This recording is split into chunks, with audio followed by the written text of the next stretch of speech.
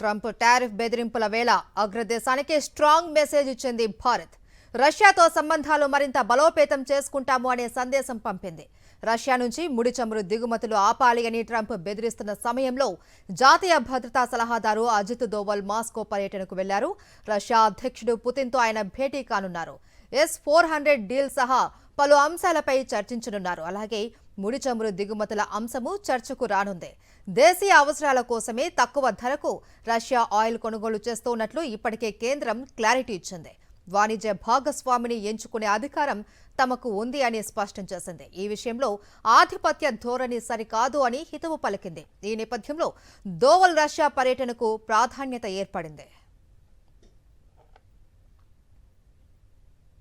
Trump tariff బెదిరింపుల వేళ అగ్రదేశానికి strong message ఇచ్చింది Bharat.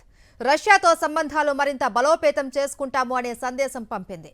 Russia నుంచి ముడి చమురు దిగుమతులు ఆపాలి అని ట్రంప్ బెదిరిస్తున్న సమయంలో జాతీయ భద్రతా సలహాదారు అజిత్ దోవల్ మాస్కో పర్యటనకు వెళ్లారు. రష్యా అధ్యక్షుడు పుతిన్తో ఆయన భేటీ కానున్నారు. S-400 డీల్ సహా పలు అంశాలపై చర్చించనున్నారు. అలాగే ముడి చమురు దిగుమతుల అంశము చర్చకు రానుంది. దేశీయ అవసరాల కోసమే తక్కువ ధరకు రష్యా ఆయిల్ కొనుగోలు చేస్తున్నట్లు ఇప్పటికే కేంద్రం క్లారిటీ ఇచ్చింది.